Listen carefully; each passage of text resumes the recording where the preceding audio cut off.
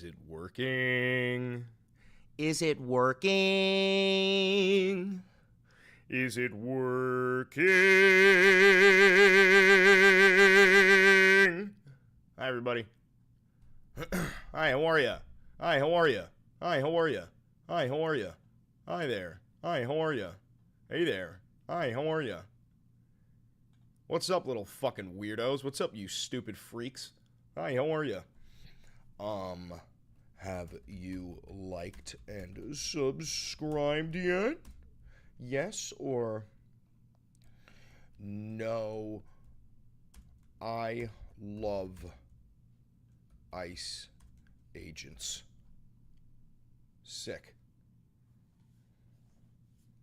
Busy at work, copy that, brother, copy that, brother, copy that, brother, copy that, brother, copy that, brother, copy that, brother, copy. Alan said it is shitting right now. You better push, brother. Almighty push. Nelson is not working, which means we've got one functioning moderator in the chat. W. Nelson. So, how's my audio? We're doing some audio checks before we start. How's the audio? I know it's not very bright in here. I've got this light here. That'll do. You can't see it. Maybe it brightened it up a little bit. Audio is just fine. Okay. How's everybody doing with, Trump trying to terminate birthright citizenship? Trump kind of just created like a civil war draw-up in a sense. Because these federal injunctions, like trying to halt the Trump regime from violating the Constitution, the states that are willing to file those injunctions, right, those are going to be the ones who are willing to kind of fight back. That's what it seems like. Yeah, but it seems like we've got completely different, we're going to have completely different laws. Like, for birthright citizenship, essentially, if your parents are illegal immigrants, right, and you're born on U.S. soil, but you're in a red state, then you're not a citizen. And then blue states are trying to make it. They're trying to fight and say, well, no, that doesn't apply here. Which would mean that in blue states, you would be a citizen. So, like, what is going on? Like, what the fuck is going on? That is the most ludicrous shit I've ever heard in my life. Right? Like, what are we even doing now? What are we doing? What happened to the union? There's no point in the union then. There's no point in the union. This is like slavery again. This is just like slavery again. Right? You're behind enemy lines. That's good. That's fine. We're going to need subterfuge. No, but that's good. That's A-okay. Oh, geez. We got a new... This would break the mind of a Republican. I don't know. Oh, no. There's a new batch of migrants flowing into New York. Oh, Jesus. Straight from Cuba. Could you imagine going to New York from Cuba? They're coming in through the fog. Did you see Fox News interview with DeSantis showing off his literal concentration camps? No. Please link it. No. I was going to cover the fact that there's new reporting coming out today that these detention centers are concentration camps, bro. They're not feeding these people for weeks. The pregnant women are having miscarriages. People are dying. A Canadian died in a detention center, and that's just one. And, like, this came out today. And this is exactly, by the way, if you've been following me on YouTube, or on TikTok back in the old account before it was banned, bro, I told you this was going to be concentration camps. I was like, you can't detain 10 to 20 million people. And the only way you could detain them was by deploying the military. They did. And then I said, and you would need like a private force. You would need volunteers, like a secret police. I said this is why my account got banned, I swear to God. I said Trump would need a Gestapo. Trump would need a Gestapo. This was before he even won, bro. This was when he was running on mass deportation. Okay? And then I said, you would have to put these people in camps, but we don't have enough private prisons for that. That's too many people, right? So you would have to build these shabby camps. It would be too expensive to deport them. Everything would be crumbling, and you would eventually just start killing these people. And that's exactly what the fuck is happening. I'm like genuinely, and it's not like I'm not a prophet, but what the fuck? This is exactly, and I'm not the only one who said it. I said it because I listened to other people, and this is exactly what this is. Mass immigration arrests have led to overcrowding in detention facilities with reports of unsanitary and inhumane conditions. Far from public view, I don't like that, bro. That's exactly what the Germans did. Yo, are we literally committing a genocide and no one knows? Yo, wait a minute. Yo, I just got chills down my spine. Are we committing a fucking genocide right now? Where are all the, like, there's no way we're deporting all these people at once and we're not giving them due process.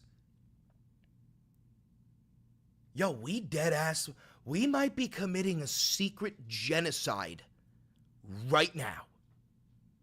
Right now. Genocide of who? Latinos. Of all cultures. Any undocumented immigrants, primarily Latinos, where are those people going? Are there updates? Where are these people going? Far from public view, the toll of the Trump regime's crackdown on immigration is unfolding in overcrowded detention facilities across the country. Real quick, one thing that even this article won't show you, but I will, is this. So, check this out. So, what is GEO Group? Get this.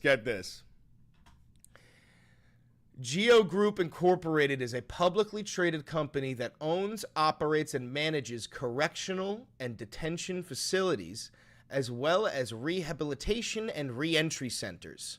Okay? It's one of the largest private prison operators in the United States. GEO provides services to government agencies at the federal, state, and local levels, including facility management, secure transportation, and reentry services. Now, here's the thing. Now, this group, this is going to blow your mind. This is going to blow your mind. How many private prisons and detention centers are owned by GEO Group? Okay. So I need the percentage. It's something like 80%. It's about 80%. What percentage of detention facilities are owned by GEO Group?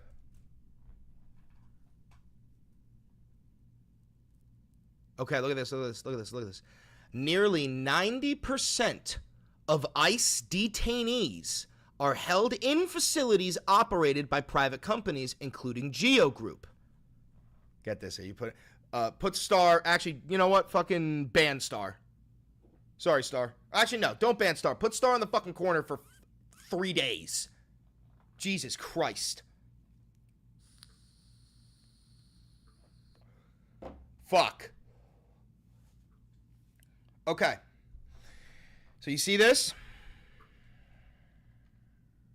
Look at this. 90% of ICE detainees are held in facilities operated by private companies, including GEO Group. Okay? GEO Group, private prison facility, detention facility, 90% of ICE detainees are held in those facilities.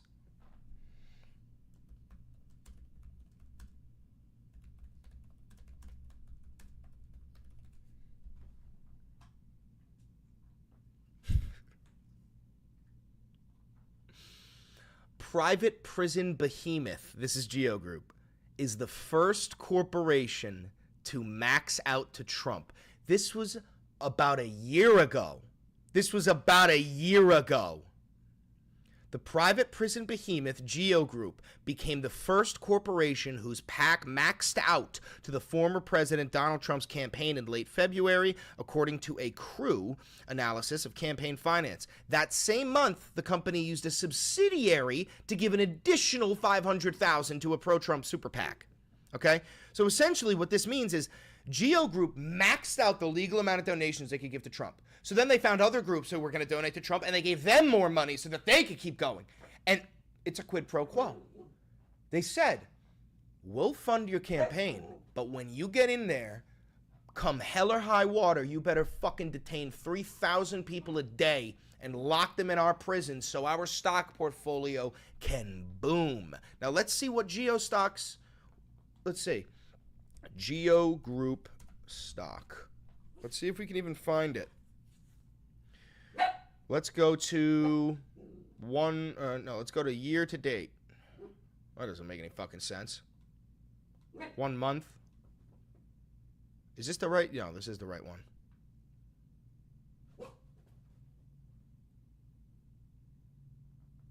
Maybe people are divesting now. 1 year. Oh, hello.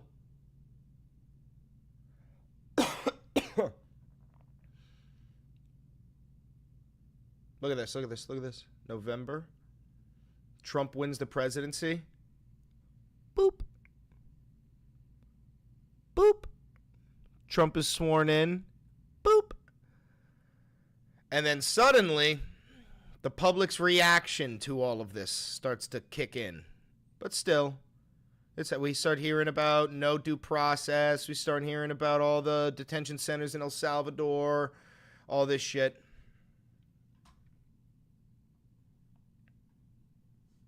I think the private prison industry bought Donald Trump. Is that, like, did I just piece something together? Am I going to get fucking yurted for that? Am I going to get yacht?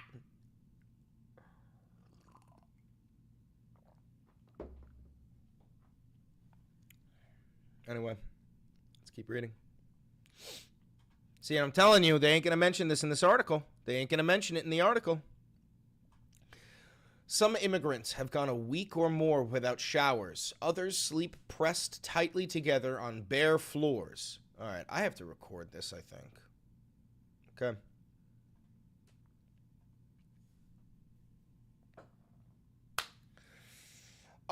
We may be committing a genocide.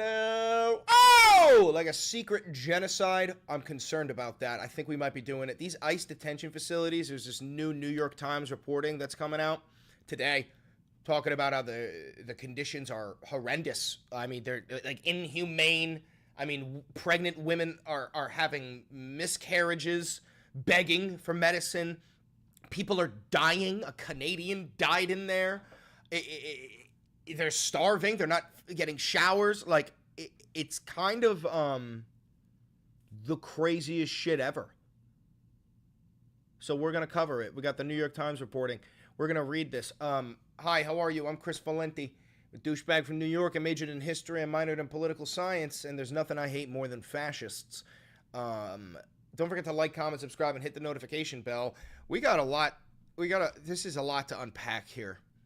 If you support the channel, this is Real Independent Media. You could become a member for $5. I really appreciate all my members. You could become a patron. You could on Patreon.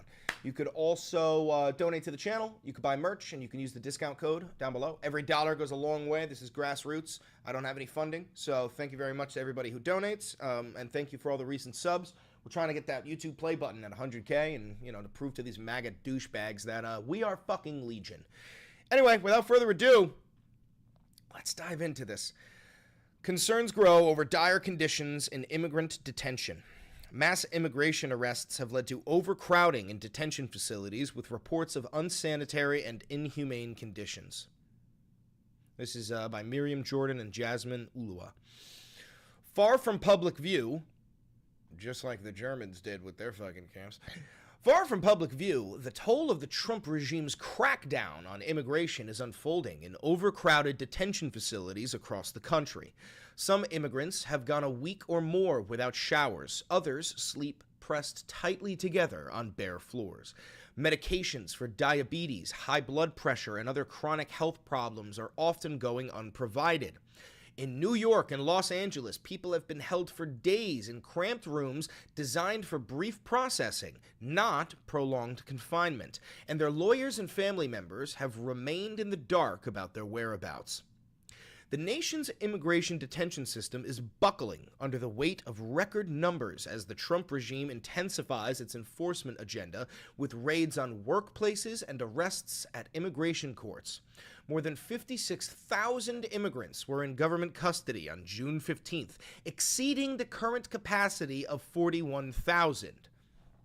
Now, one thing I want to point out, because I don't know if they're going to point it out in this article, I haven't read the whole thing. GEO Group is a private prison organization within the United States, and 90% of all ICE detainees are sent to a detention center that is owned by GEO Group. It gets worse. GEO Group, back in 2024, was the first organization, the first company to max out their legal donations to the Trump campaign, okay? Their super PAC. And then, because they couldn't keep going legally, they gave money to other organizations that were going to donate to the Trump regime, right? Or actually, not even the regime, the Trump campaign. And essentially, I believe that they made a quid pro quo. And essentially, they said, hey, Doland, we will fund your campaign, okay? But here's what's going to happen. When you become the president, you are going to, come hell or high water, you're going to fucking arrest 3,000 people a day, and you're going to send them to our detention centers. And I believe that's what's going on, because one thing I want to show you is GEO Group's stocks over the past year. Look at this. Look at this. You keep going. Trump is running. Trump is running. Trump is running. Trump is elected, and boom. Or not elected. Trump wins the election. Boom. We know Trump is going to win. We know Trump already won. We know Trump already won. We know Trump already won. And then, boom, he's inaugurated. We hit the peak right before inauguration. And then slowly the public start to realize what we're doing. We hear about CCOT in El Salvador. We find out about all this grim shit. But still, it's an incredibly high stock margin. Thank you for becoming a loyalist, Dylan. Welcome! Anyway, let's keep on reading. Essentially, the point I want to make is I think this is all, like, not only, like, yeah, they're violating the Constitution. They're getting people at workplaces. They don't give a fuck. They're getting legal people. They're getting citizens. They don't give a shit. But I think it's because Trump's balls are in a vice grip from GEO Group. I don't know. Maybe I'm crazy. Quote, these are the worst conditions I have seen in my 20-year career, end quote, said Paul Chavez, litigation and advocacy director at Americans for Immigrant Justice in Florida, which represents detainees. Quote, conditions were never great, but this is horrendous, end quote. At least 10 immigrants have died in ICE custody in the 6 months since January 1st, including 2 at a facility in Miami, the Chrome Detention Center, where detainees earlier this month formed a human SOS sign in the yard. Oh my God. At least 2 of the deaths were suicides in Arizona and Georgia. An average of about 7 deaths a year occurred in ICE custody during the 4 years of the Biden administration. Dude, that's insane still. This is only what we know of, by the way. This is only what we know of. Somebody linked the video, by the way, of Ron DeSantis showing off his fucking concentration camp, please. Immigrant detentions have soared since late May when Stephen Miller, the White House Joseph Goebbels aide overseeing immigration policy, set a goal of 3,000 arrests per day. Yo! Real quick, I want to talk about something. I used to have a TikTok account with like 3 million followers, and when Trump was running, and he was running on the mass deportation campaign of like 20 million fucking people, I said this, and maybe you can remember this. I said, you can't detain that many people because we don't have the facilities, and the only way you could do it is by building up these fucking concentration camps where you force them in there and the conditions are dog shit and people are going to start dying, and then once you realize that people are dying and you can't bury the story anymore, you're going to speed up the killing because you can't fucking afford to deport all these people.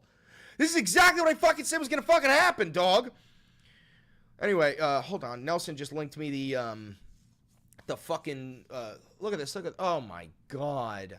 All right, let's keep on reading, then we're going to pull that up. To accommodate the swelling numbers, the administration has expanded contracts with prison operators and pushed for a substantial funding increase to secure additional capacity. The House version of the Budget Reconciliation Bill proposes $45 billion for immigration detention, more than 10 times the current budget. Oh my god, I'm actually getting chills down my spine. That's the money for the camps. They're going to look back and go, so wait, they proposed $45 billion to build concentration camps and none of you thought, hey, what the fuck? What are we doing in those camps? Why do you need $45 billion? What the fuck could you possibly need $45 billion for concentration camps? Oh my god.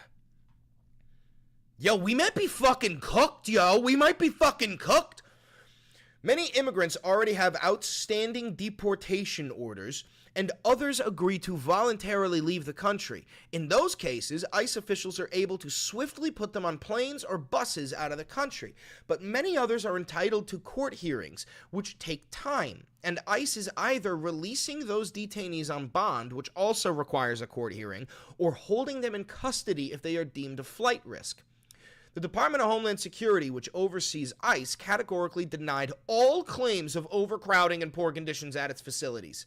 A spokeswoman, Tricia McLaughlin, said in a statement that all detainees, quote, are provided with proper meals, medical treatment, and have opportunities to communicate with their family members and lawyers.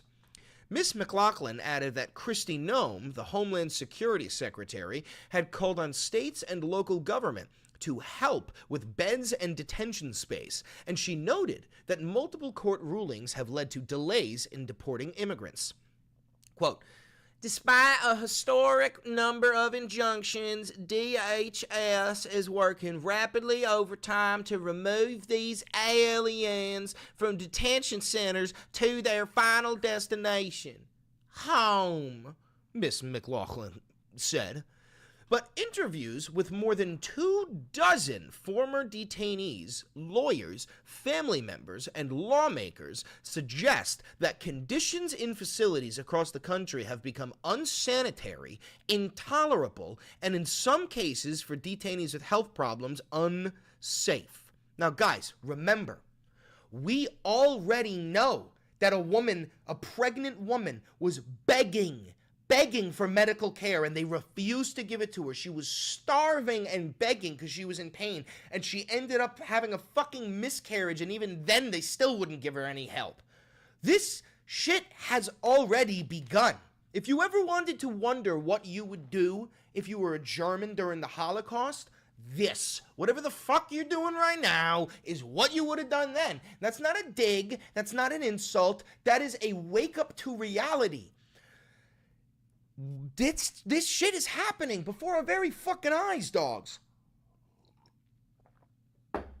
Sweet baby Jesus.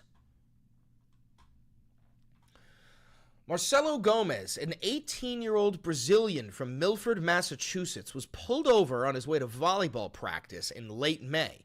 Mr. Gomez, brother, he's fucking 18. I'm calling him Marcelo. Fuck you. Marcelo, who has lived in the United States on a long expired visa since age 7, said in an interview that he spent 6 days in a windowless, overcrowded room at an ICE field office before being released on bond. There was one toilet for 35 to 40 men who had no privacy when using it, he said. They slept on the concrete floor in head-by-toe formation with aluminum blankets to cover them. Head by toe is how we fucking bagged the slaves in ships to make room. Are you fucking dead ass right now? He lost 7 pounds in 6 days, he said, because the food was poor and the portions tiny. It was so bad, he said. I used water to drink it down. Mr. Gomez said he was not able to shower or change his clothes the entire time he was there. Oh my God. At the Northwest Detention Center in Tacoma, Washington, run by the GEO Group, a private prison firm, conditions have deteriorated as the population has significantly increased, according to Global Rights Advocacy, a nonprofit, and La Resistencia, a grassroots group. Alejandro Gonza, a human rights lawyer, said that detainees told her that guards have been so overworked that they have delivered food close to midnight and have failed to provide yard time or disperse funds sent by the families to buy food, hygiene products, and make phone calls.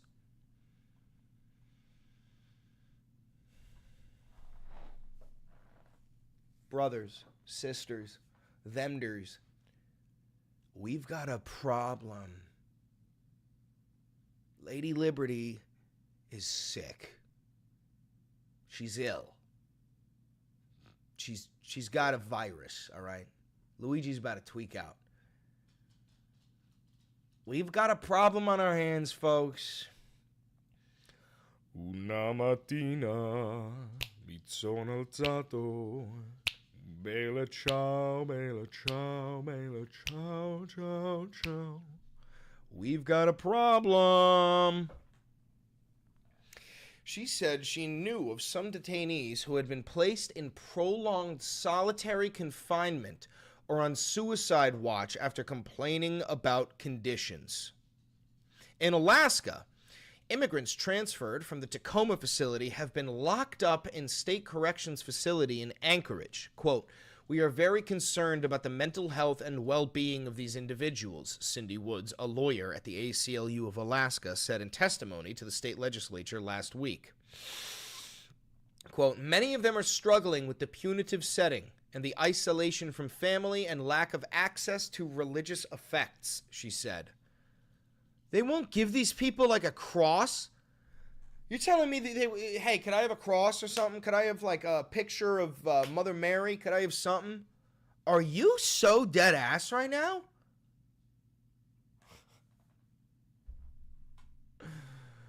Oh my God. She said that detainees had been pepper sprayed during a conflict over access to their belongings and that they had regularly been placed on lockdown when the facility was understaffed. After a tour that his staff members took in May to a facility in Estancia, New Mexico, Senator Martin Heinrich, oh no, oh, what a name for this situation. Excuse me. Whoa! Senator Martin Heinrich, a Democrat, reported that several detainees complained that they had been given few opportunities to shower and had been limited to 2 bottles of drinking water per day and were unable to flush their toilets for days at a time. Dude, that's disgusting. They're making them live in like a fucking shitty smell. That's disgusting, bro. Oh. A California lawmaker, Representative Judy Chu, posted on X that she had visited a detention center in the remote desert town of Adelanto and seen detainees held in filthy, inhumane conditions who had been unable to communicate with lawyers or family members. Jesus Christ, we're committing a fucking genocide. We're committing a fucking genocide, bro. They were not able to change their underwear for 10 days, she said in a video. In a statement, Christopher V. Ferreira, a GEO Group spokesman, there he is. Una mattina mi sono alzato, bella ciao, bella ciao, bella ciao, ciao, ciao. Una mattina mi sono alzato e ho trovato l'invasor. Let's keep reading. Sorry about that. New vocal stem. GEO Group spokesman said that facilities run by GEO, like those in California, Pennsylvania, and Washington, provided round-the-clock medical care, proper diets, and visitation services. Yeah. And Auschwitz was just, what, a fucking playground? I guarantee you these fucking people are going to start enslaving them, and they're going to put up a fucking sign that says, work will set you free. That's the type of fucking people they are. Mr. Ferreira said the detention centers were monitored by federal overseers to ensure they met strict standards on food safety and health care. How much you want to bet that's Stephen Miller? Herr Goebbels? Herr Goebbels, you are the federal overseer for the camps, yeah. Our contracts also set strict limits on a facility's capacity, he said. Simply put, our facilities are never overcrowded. Hey, dumb fuck, you're arresting 3,000 people a day. Do you think we're fucking stupid? We already had an overpopulation problem in the prisons before you got here, dog. Before Trump was fucking everything up. What is this link? What is this link?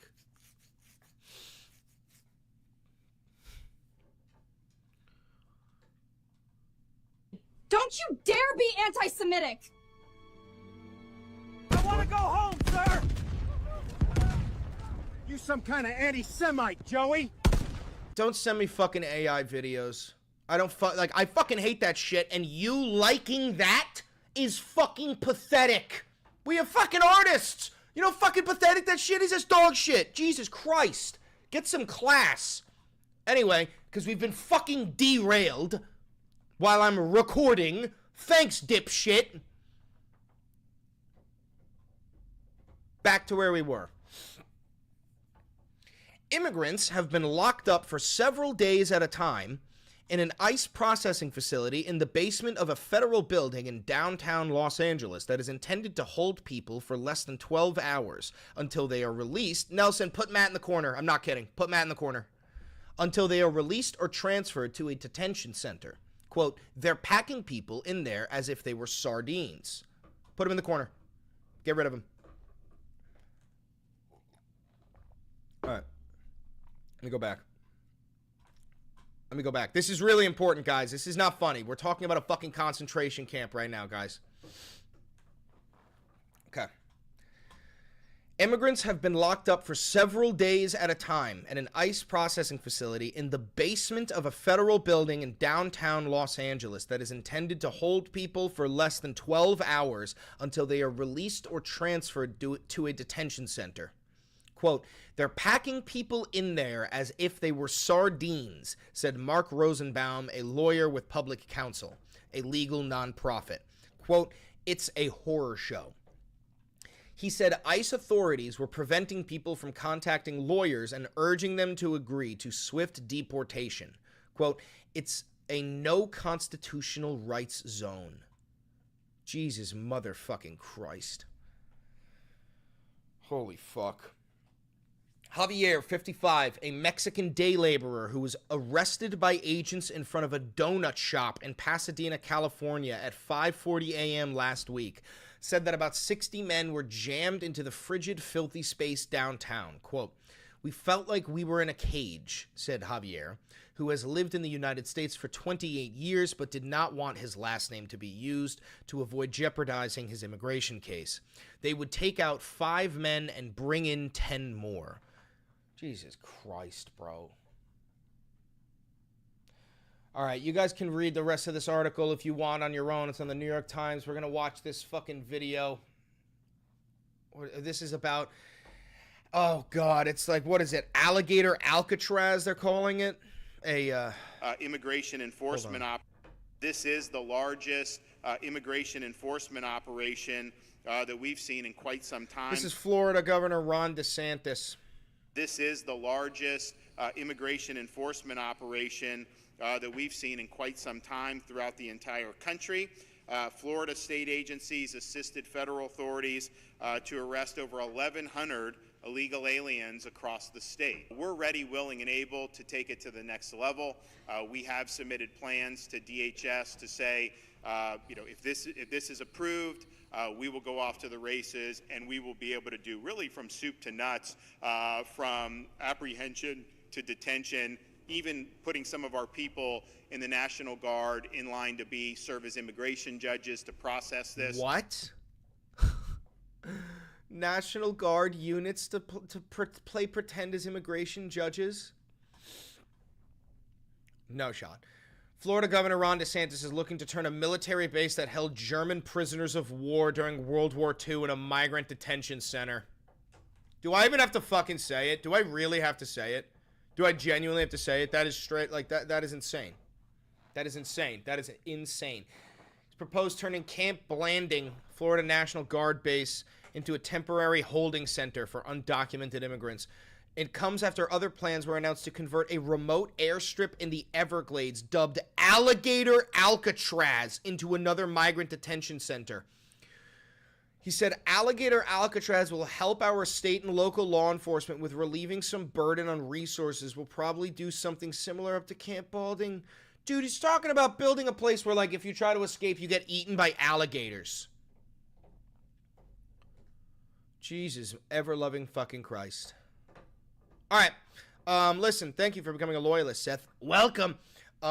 Listen, if you're watching this pre-recorded on YouTube, thank you very much. Don't forget to like, comment, subscribe, and hit that notification bell. Really, I get like 1 million views a month, and we're not nowhere near that in subs. So just hit the fucking button. You already know you like me.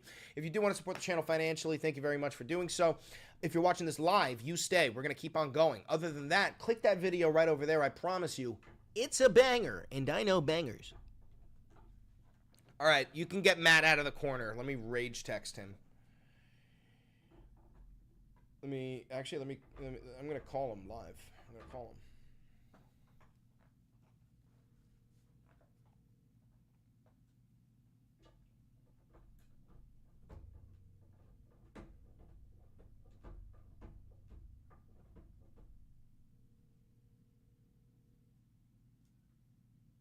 This son of a bitch ain't going to pick up. This son of a bitch ain't even going to pick up. What a piece of shit son of a bitch bastard. That is my older brother. What a scumbag. What a piece of shit. Oh, you son of a bitch.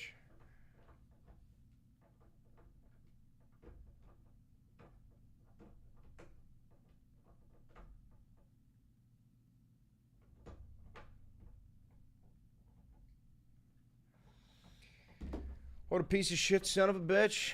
$5. Did you hear about the Israeli soldiers coming out and saying that they've been ordered to shoot at Palestinians seeking aid? Brother. Yeah, in other news, a fork found in the kitchen. Yeah. Yeah. Yeah. Anyway, so what the fuck was I gotta make a rabbit hole today. I forgot what it's supposed to be about. Oh, it's why socialism always fails. Wink, wink, nudge, nudge. Let's see. Western involvement against socialist nations.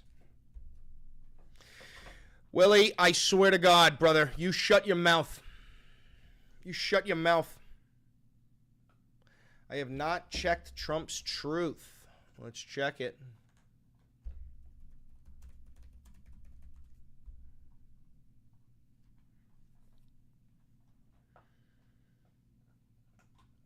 What great people I met in NATO, including some of the world's most incredible leaders. Why are Democrats always rooting against America?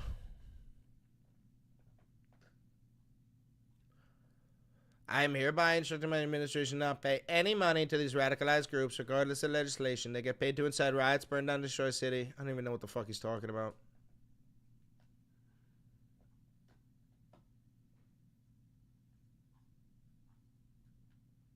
I don't give a fuck.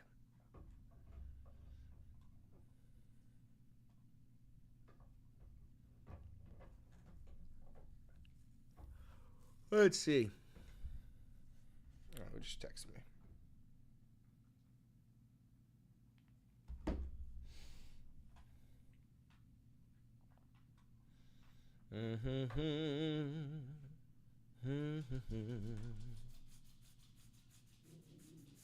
Talk about the mystery flights from nowhere over the ocean? No, I haven't. Luigi, shush. No, I don't even know what the fuck you're talking about, brother.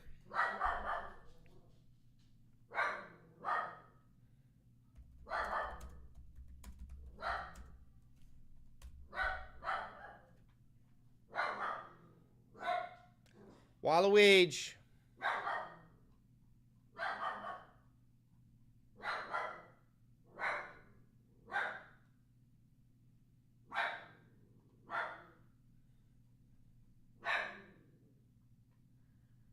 Yes, I do think the big beautiful bill will pass. Unfortunately, yes.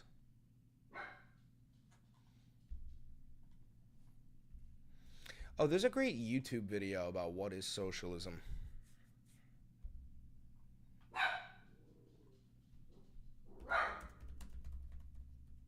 I'm a what the fuck?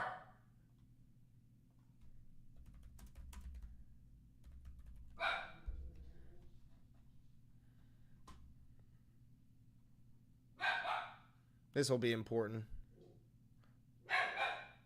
I wonder if this will get copyrighted. Probably.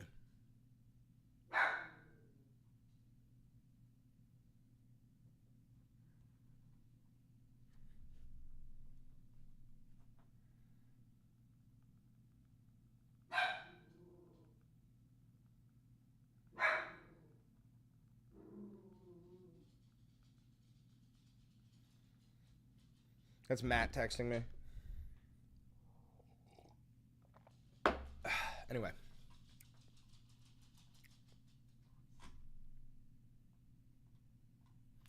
Why is my fucking screen frozen now? Motherfucker. Bro, my fucking screen is frozen. Hello?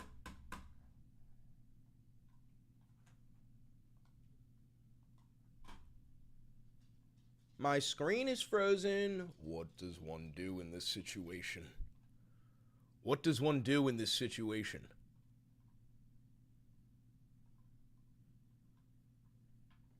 Hello? See, look. I'm trying to move it. Ain't nothing moving.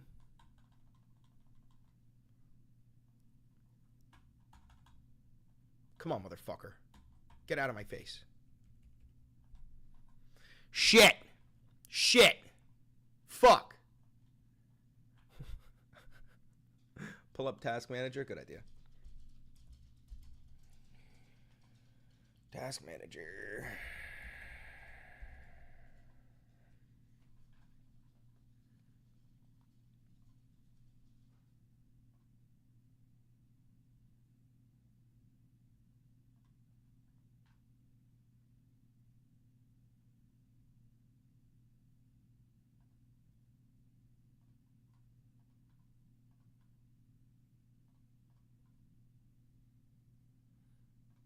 There we go. I think that fixed it. Yeah. Yeah. Yeah. We're good. Thank you. All right.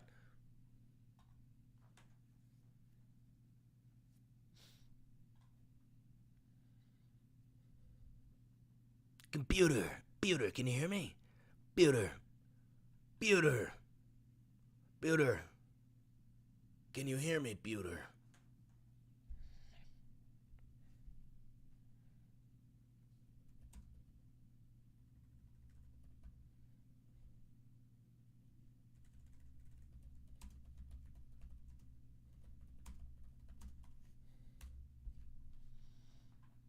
Is this it? This is a great video on it.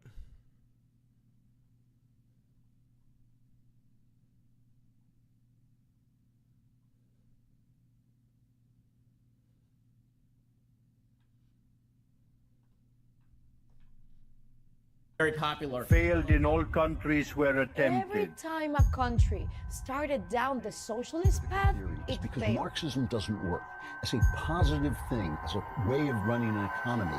Marxism ruins everything. Before we get into this, when I Yes, this started is this it. video, it was supposed to be about highlighting successful socialist experiments, which it still is. But as I kept researching and reading, a common theme popped up. Whenever a socialist state started to see success, it was immediately met with Western-backed sanctions or coups d'etats. Now, this is something I already knew, but I didn't fully contend with this fact until I was 2 days into editing this video. That's when I realized I was asking the wrong question. I should have been asking, does socialism always fail? And if it does, is it due to an integral flaw with the concept?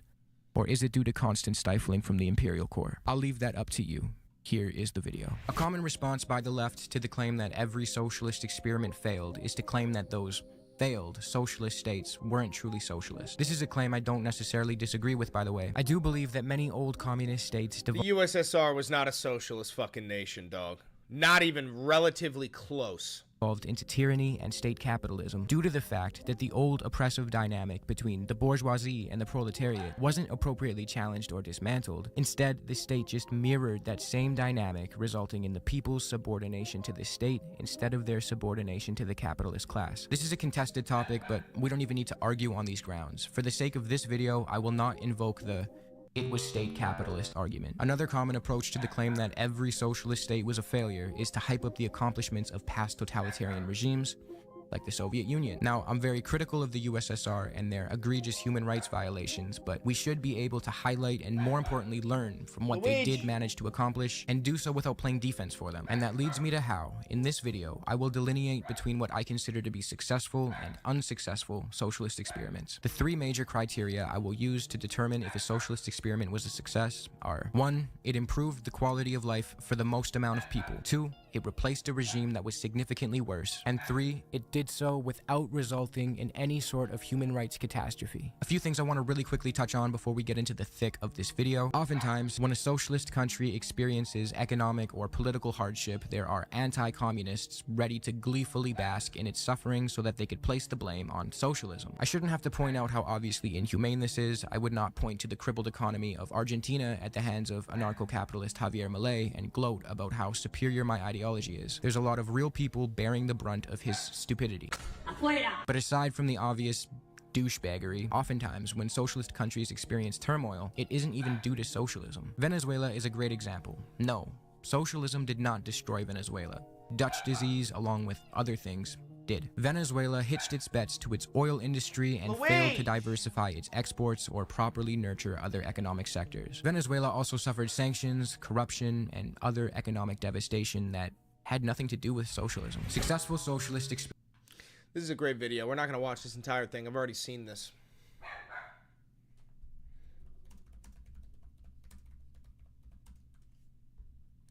What do you think of Green Arrow? Oh, I don't know. I don't know anything about him.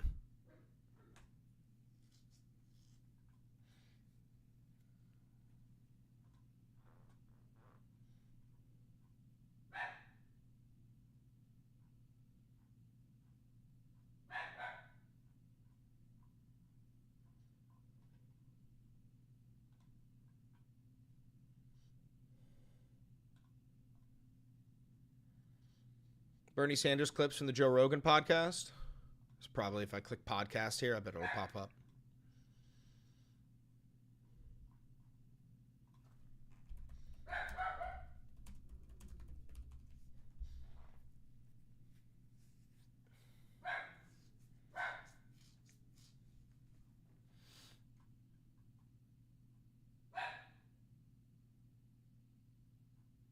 Joe Rogan educates Bernie Sanders on global warming.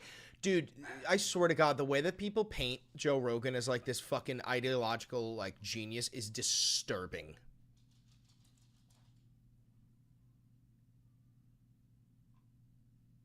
Which one should we watch? Should we watch the whole fucking thing? Am I gonna? Yeah, no. I feel like Joe Rogan is the type of piece of shit to hit me with an actual copyright strike for this, right? So we should watch somebody else. Waluigi!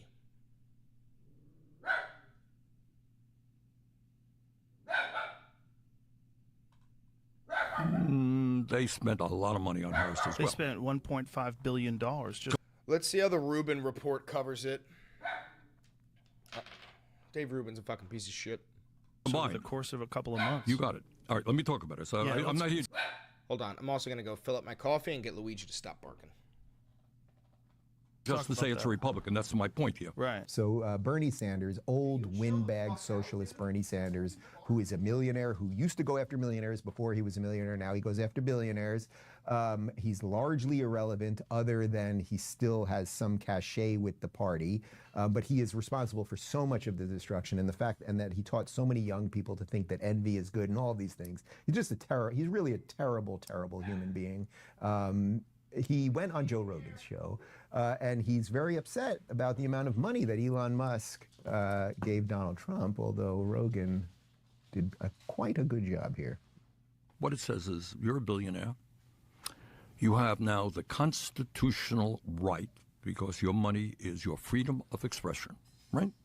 So you don't like Bernie Sanders? You can put millions or hundreds of millions of dollars into a campaign and express your view about how terrible Bernie Sanders is, right. And you can buy that election, right? That's right. your constitutional right.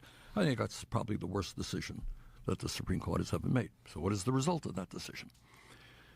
The result of that decision, let's take us to where we are today, is that Elon Musk, and I know Elon was on your show, and he's here in Austin, huh? Yeah. Okay, and we could talk about Elon, but he spent $270 million. He's a far right-wing nut. You tortured us. Sorry for torturing you, you sick fucks. Bernie was born in 1941. I know, dude. Well, for me, dude, my dad was born in 1948. So, for me, that's not too fucking crazy. Have you seen Kyle Kalinske destroy Cenk Uygur? What? Kyle versus Cenk.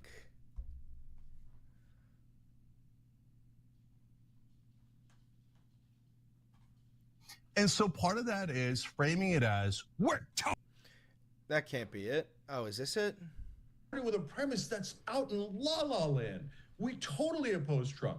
So now the only people who are Trump voters working, it's because their policies are deeply unpopular. Shout out Kyle Kalinske. Shout out Crystal Ball. And who explains that their policies are deeply unpopular? The left and liberals are the ones that highlight how deeply unpopular those policies are. So that's where the credit belongs. Like I do. So right, but that's not like Joe Rogan does, right? Joe Rogan doesn't do that. Charlie Kirk doesn't do that. They don't do that. I said how unpopular they are. Yeah, but my point is, Joe Rogan and Charlie Kirk don't do that, Jank. They're not allies. Joe Rogan and Charlie Kirk don't do that. Steve Bannon doesn't do that. Sloppy Steve goes and gives Trump a hand job every day. That's the point, is that they're not allies. And by the way, even on the Iran war thing, they're lying. They are lying. We literally have the quotes right here. Charlie Kirk is already backpedaling. Quote, we must trust Trump in this situation. Steve Bannon, if Trump ultimately decides to bomb Iran's nuclear sites, MAGA would come around. That's not me speaking, that's Steve Bannon. The vast majority of the MAGA movement will go, look, we trust your judgment. We don't like it. In fact, we may hate it, but we'll get on board. Tucker Carlson called Trump and apologized, and he also said on his podcast with Steve Bannon, quote, I like Israel. I don't talk about Gaza because my audience got mad at me. He said, quote, watching Donald Trump, who at his core is sincere about peace, I feel for President Trump, and he just has to roll with it. That is not true. What he's saying is not true. These are not allies. They will immediately start moving the goalposts as soon as Trump starts bombing Iran. Here we go again. You're going to get this. You're going to get... And Kyle was correct, man. How quickly did all MAGA fall in line? They went from being anti-war to, no, we have to bomb Iran. No, it's perfect. We need to be bombing Iran. These fucking people have literally no morals. They have no belief systems. They will just do exactly what their fucking perfect and humble leader tells them to do. Oh, he's getting bad advice from the neocons around him. It's not a big deal. It's a limited attack. It's defensive. It's not offensive. This isn't like Iraq. There are no boots on the ground. The only people who are sincere that I will grant you, Jank, is libertarians, so Thomas Massey and Dave Smith, because libertarians have a track record, like Ron Paul did, of being very principled, but everybody in MAGA, or 99% of them, will bend the knee, just like 99% of the ones in Congress have already bent the knee. Even Marjorie Taylor Greene, who's saying things that are against the war, she's ultimately not signing onto the bill to block the war. Exactly. Okay, so here we go again. So again, 90-10, guys.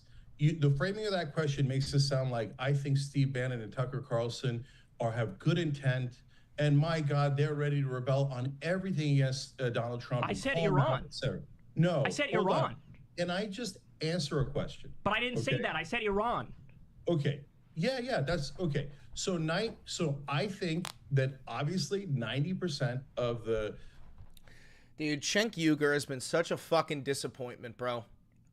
I mean, I feel for Hassan because I got crazy uncles, you know what I mean? But I mean, the 180 that Cenk Uygur has taken ever since Trump took over is so fucking depressing. The influencers, the hosts, etc., are going to stick with Trump 100%, right? Well, I wouldn't even say 90%. I'd say 75% or so. Are they going to kiss his ass on everything? Well, of course they are. They're on the right, and their whole ecosystem is based on kissing politicians and leaders' asses. Now, let's be honest, not us and not you guys. No, Kyle's not a democratic socialist. Kyle is a social democrat. It's kind of just like a pussyfooting way of saying that he believes in, capitalism, but also thinks that we need more power to the people.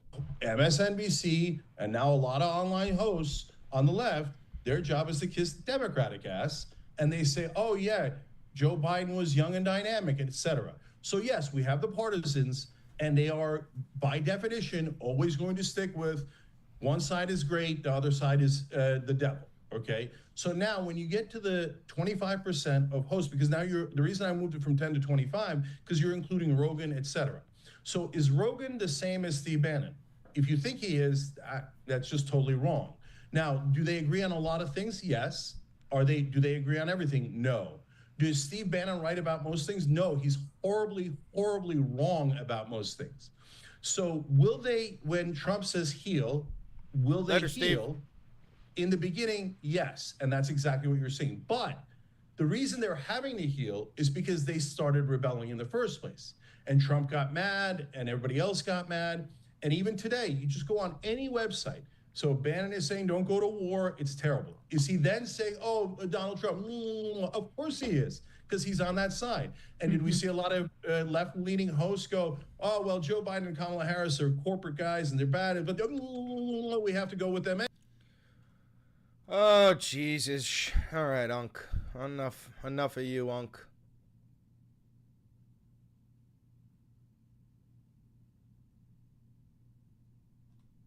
I think Trump is going to hit Iran again, man. Look at the way the Fox News is phrasing this stuff. Now let's get the read on all of this from retired U.S. Army Colonel Seth Crumrick. Thank you so much for being here. Let's start off with this ceasefire. What, in your estimation, do you think that this current ceasefire between Iran, Israel, and the United States will last longer than a few weeks and maybe even just a couple of months into something that's more lasting? Hi, Brian. In my experience, I do think this will last for a few months.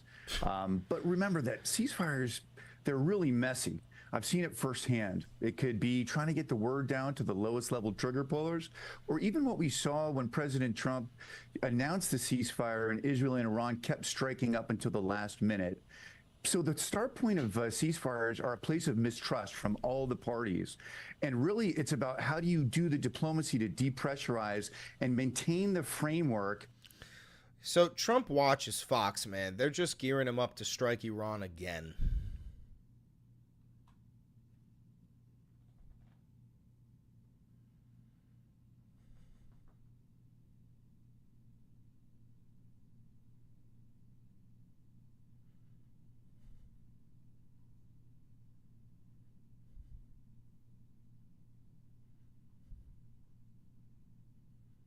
Fuck Don Jr. He's a fucking loser.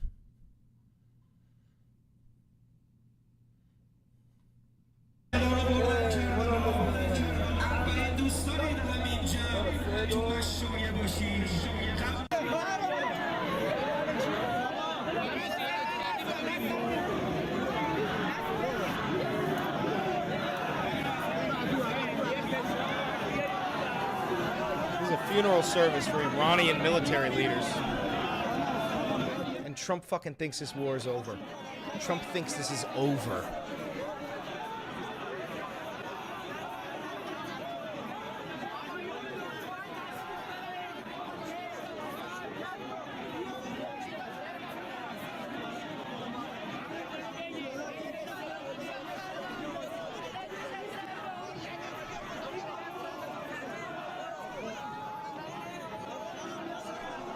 Is that his kid?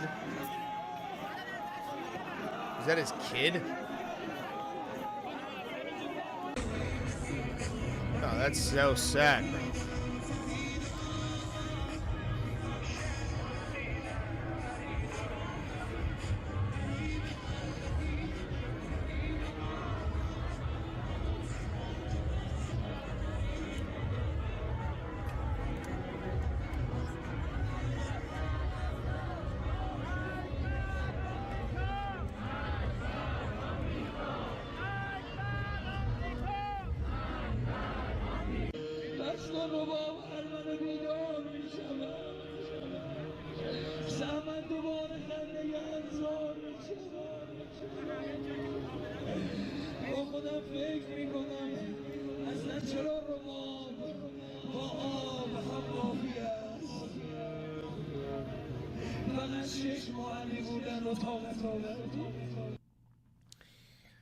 We're fucked, brother.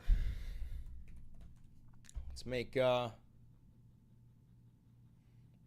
thumbnail.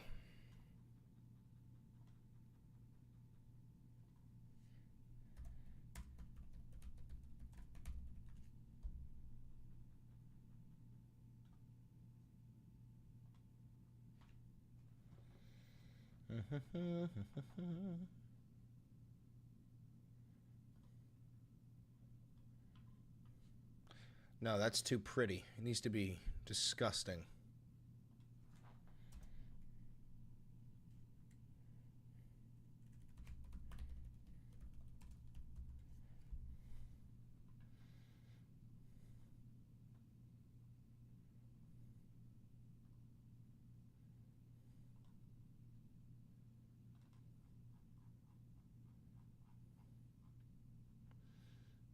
Episode 167.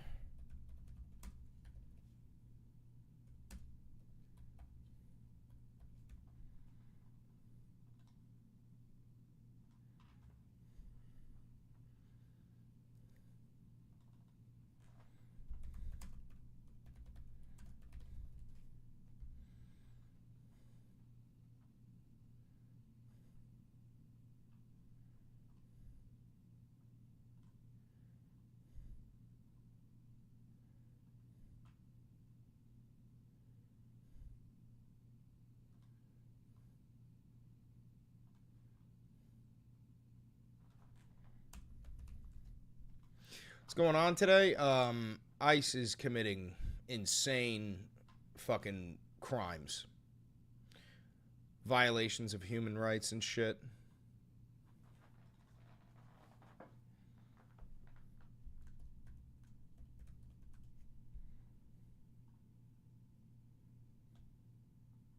This shit's gonna get me fucking assassinated, I swear to God.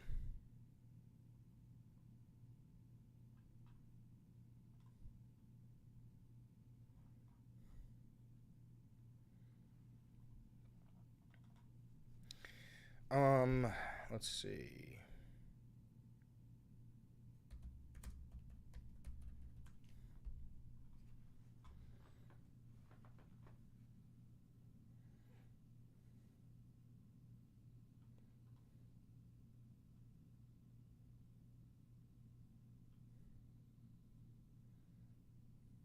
Is this image copyrighted?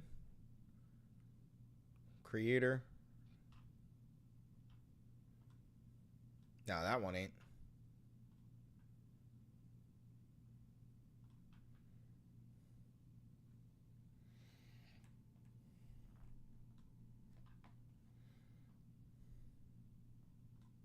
Ice reminds you of the red coats. Ice reminds me of the brown shirts.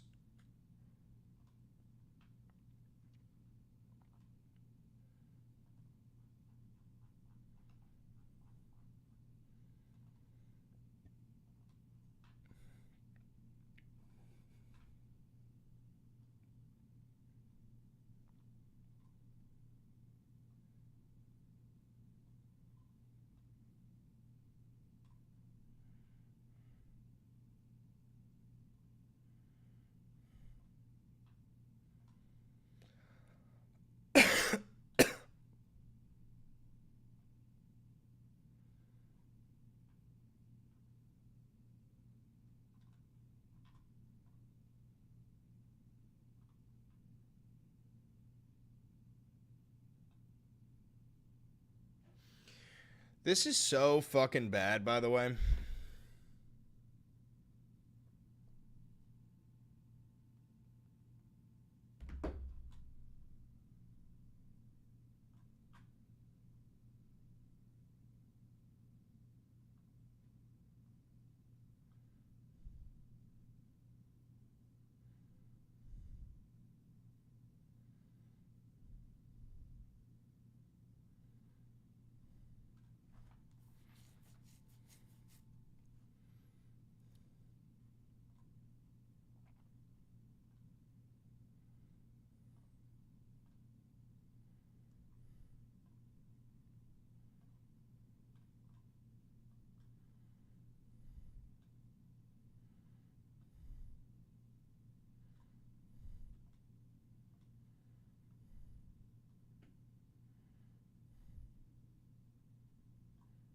What the fuck is that dot? Chris, you're hot. Thanks, bro. Appreciate you. Needed that. Thank you.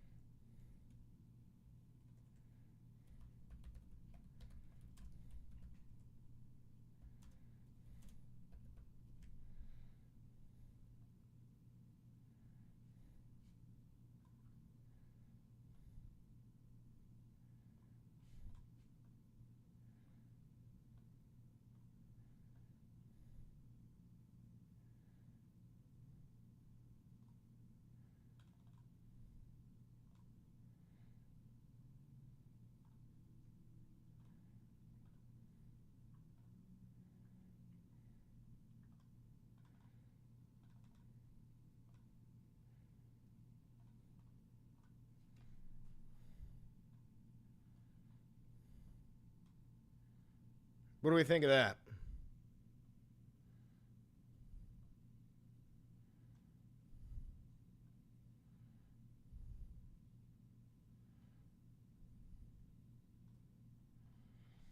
You dig? You dig? Hold on.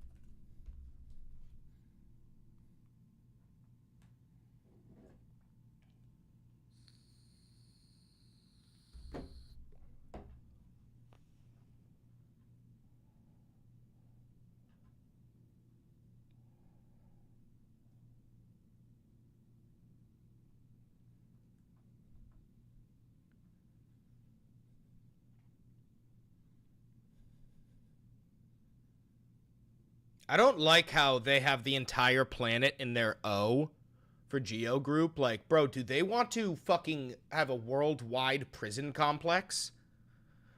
Does that make anyone else incredibly concerned?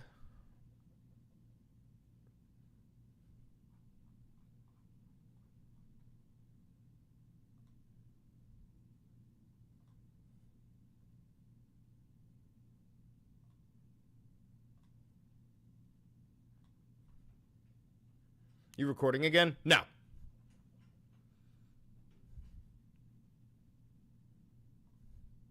All right, let me get this uploaded. Hi, Bean. Hi, handsome.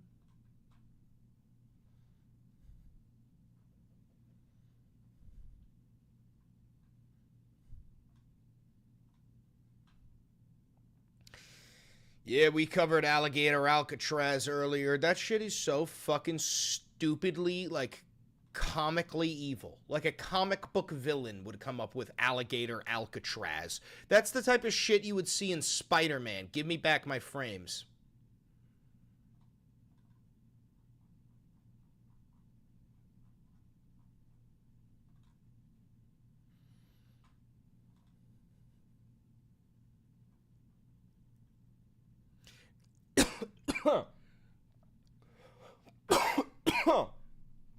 Who's it offensive to, Malent?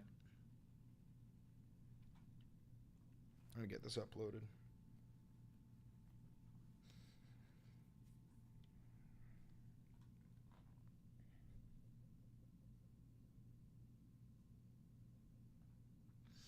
Sure, you saw one of my comments. I tried to speak with the principal chief of the Cherokee Nation how messing with birthright citizenship could affect us, but he didn't really answer me. I don't know what to tell you, though. I don't know what to tell you. Wait a minute. What episode is this? Somebody go check. What episode was the last Valenti VOD? What episode was the last Valenti VOD? I need to know what this next one is.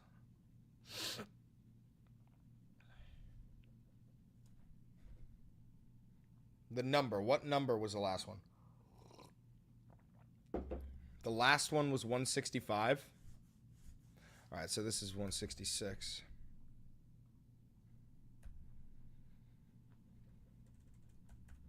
I don't know why it's saved as 167. I'll try to fix that. All right. Breaking news. NYT reports inhumane conditions. No, fuck that. Breaking news. The U.S. ICE might be committing a genocide. A secret. I can't say the word genocide. I can. I gotta type it funny.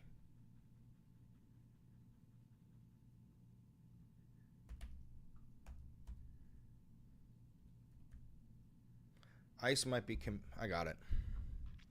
ICE might be committing a secret genocide on U.S. soil.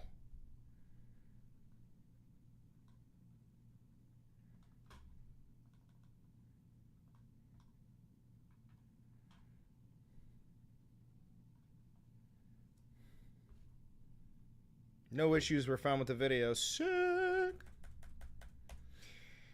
I am growing extremely concerned. Or I'm growing increasingly concerned with how the history books will ask, why didn't you do something?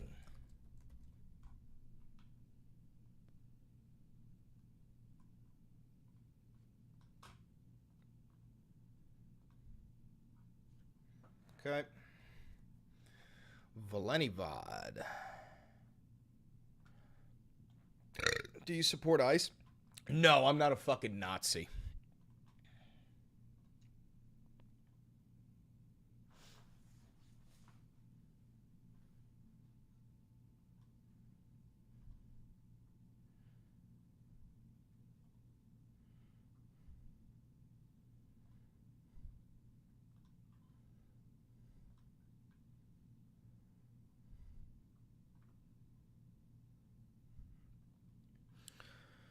There's 50 million illegals in the U.S. alone. Crazy how that fucking number jumped from 11 to 20 to 50 in the course of 6 months. You guys are actually fucking brain dead.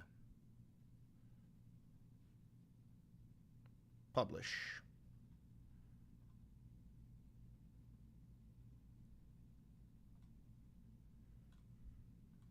All right, that video's up and running.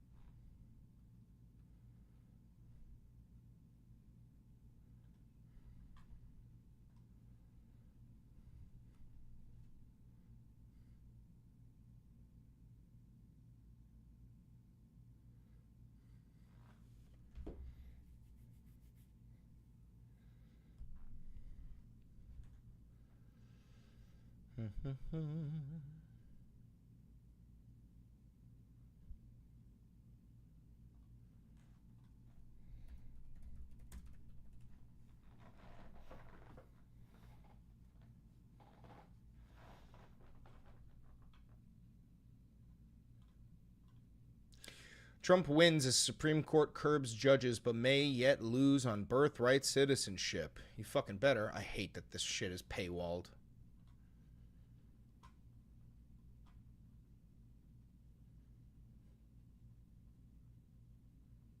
This guy just said, shout out Alex Jones and InfoWars. Oh, Jesus. They're turning the frogs gay, brother. They're turning the frogs gay.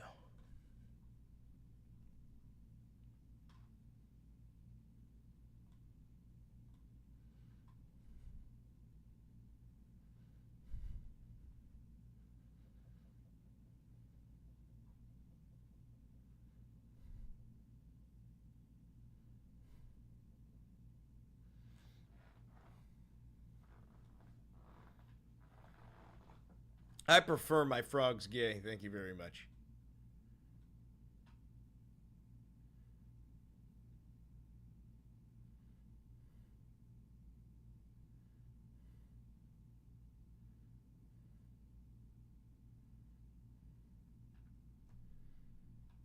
Didn't Jake Tapper kind of go crazy?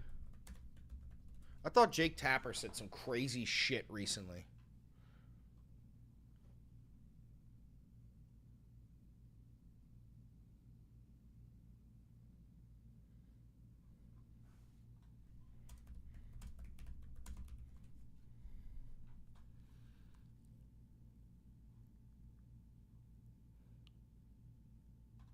We begin with a fair question that many of you might be wondering. Is Iran's nuclear weapons program, quote, completely and totally obliterated? Now, President Trump said Saturday.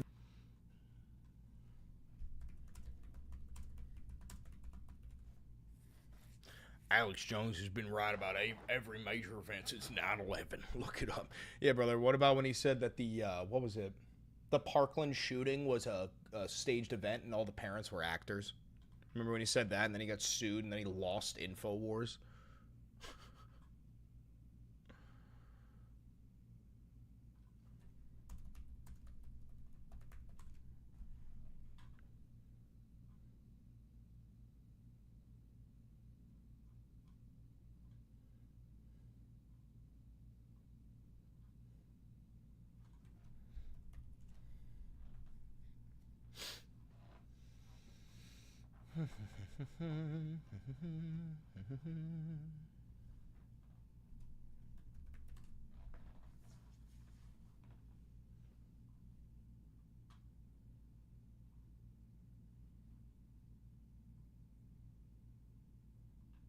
Anybody have a link to it?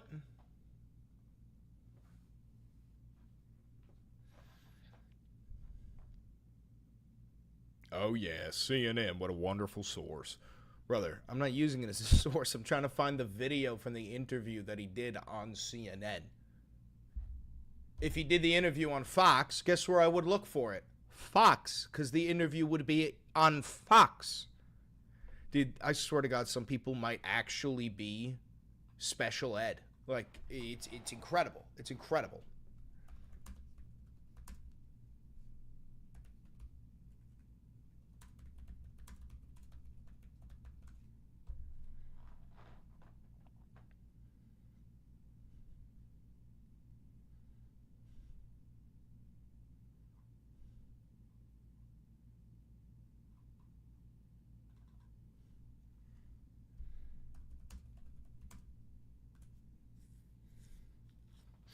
My bad, Alan.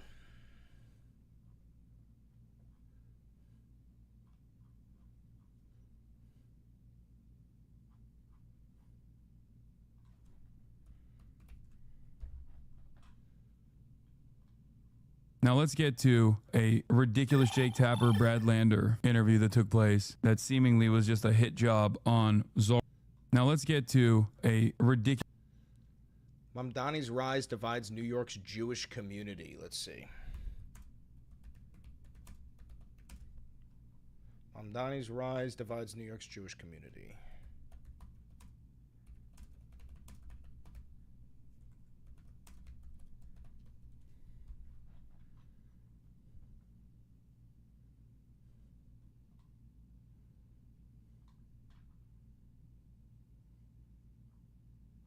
Bro, why do they just hide all this shit? Fuck it. We'll just watch Hassan's coverage on it. Ridiculous Jake Tapper, Brad Lander interview that took place that seemingly was just a hit job on Zohran Mamdani. Lander, thanks for joining us. So Mamdani is already facing a slew of attacks from Republicans, some of them quite bigoted and offensive. Today, Republican Congressman Andy Ogles of Tennessee posted a letter that he sent to Attorney General Pam Bondi, in which he writes in part, quote, Zohran Little Mohammed Mamdani is an anti-Semitic, socialist, communist who will destroy the great city of New York. He needs to be deported, which is why I'm calling for him to be If he was honest, he has this exact same position. I'm sorry. I know political, like Donald Trump did in his tweet attacking Zohran, in which again he called Chuck Schumer a Palestinian.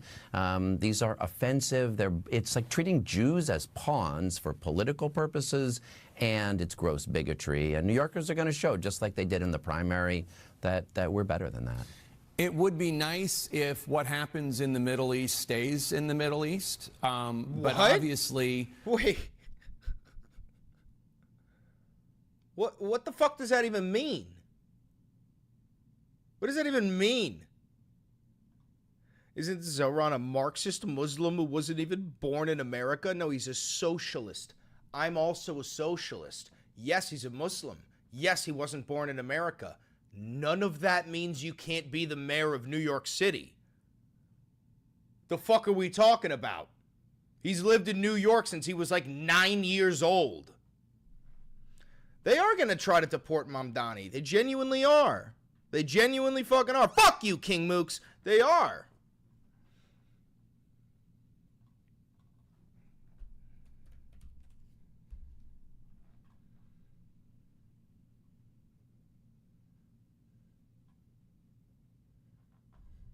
Another twist in the mayor's race. Former Governor Cuomo will still be on the ballot, even though he lost the primary to Zohran Mamdani. Political reporter Marcia Kramer is here with more on this. You kind of called this days ago.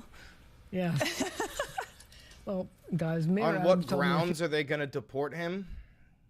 This.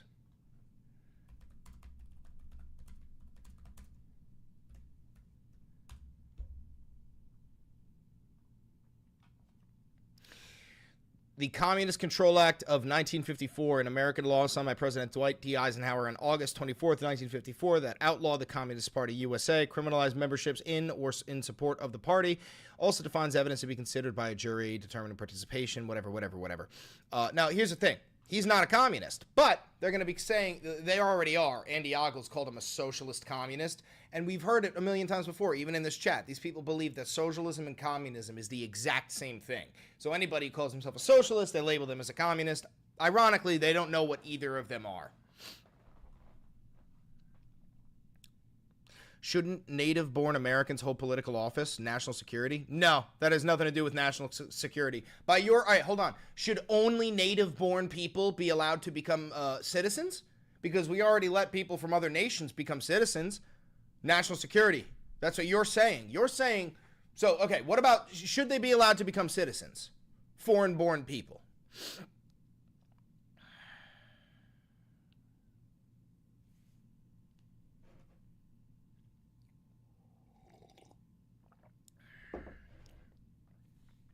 Government-owned grocery stores is communism, not socialism. Dude, it's publicly funded. It's not about being government-owned. It's about being non-profit.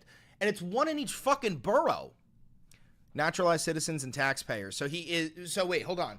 Are you saying that if you become a citizen and you're born in a foreign nation... Wait, hold on. The question was, do you think that foreigners should be allowed to become U.S. citizens? Answer that, Bass. Do you think that foreigners should be allowed to become U.S. citizens? Don't ban them yet. I want to hear this response. It's a brand new account? Okay, it's probably a troll. Probably Koofs or something.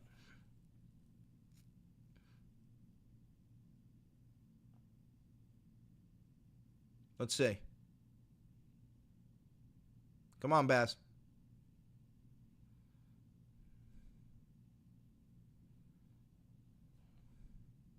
Come on, Bass.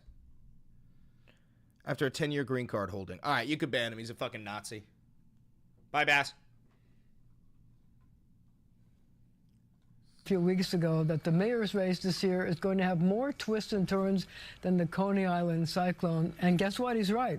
In addition to Cuomo being on the ballot, President Trump is now attacking the Queen's Assemblyman as well. Take a listen. Like this communist from New York someday gets elected. I can't believe that's happening. That's a terrible thing for our country, by the way. He's a communist. We're going to go to a communistic state. That's so bad for New York. President Trump on the offensive today, rallying the Democratic voters in his hometown, handed the victory in the Democratic mayoral primary to Zohran Mamdani, who identifies as a Democratic Socialist, though not as a communist. It was unclear if the president was in some way trying to help Mayor Adams by claiming that Democrats like Mamdani want to raise people's taxes. They say we will raise your taxes. And they elect people like this guy in New York that maybe has a chance. This is sources tell me that former Governor Andrew Cuomo has decided to keep his name on the ballot as an independent candidate on the fight and deliver line he created. As he told me Wednesday, he is still mulling a decision about whether to actively campaign. The Democratic primary is always an interesting situation, right? There are about... So he's still running. He's still gonna run. Brother, our system is so broken. We need to overthrow it. Our system is completely fucking broken.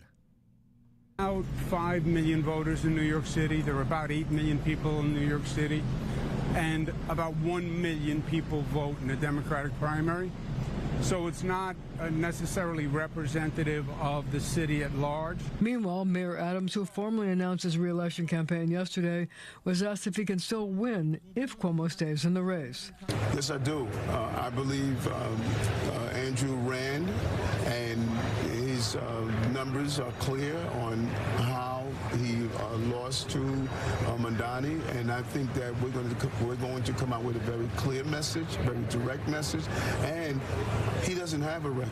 I have a record. I can run on my record. You have a terrible fucking record. You're the most corrupt politician in New York history. That's what I'm excited about, to let New Yorkers know about the record. Now, Team Mamdani did not respond to calls seeking comment on President Trump's most recent remarks. Meanwhile, Mayor Adams is poised to announce an agreement on a new $116 billion budget. I'll have details on that coming up at 6, because as you know, he does have a day job. Yeah, That's right. And you have a day, night, and weekend job. That doesn't seem to end, Marcia. Endless. Yes. We love you for it. Yes. Thanks, Marcia. Thanks, Marcia. And from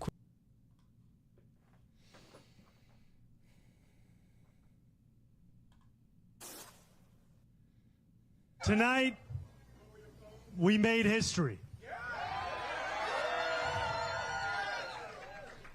In the words of Nelson Mandela, it always seems impossible until it is done.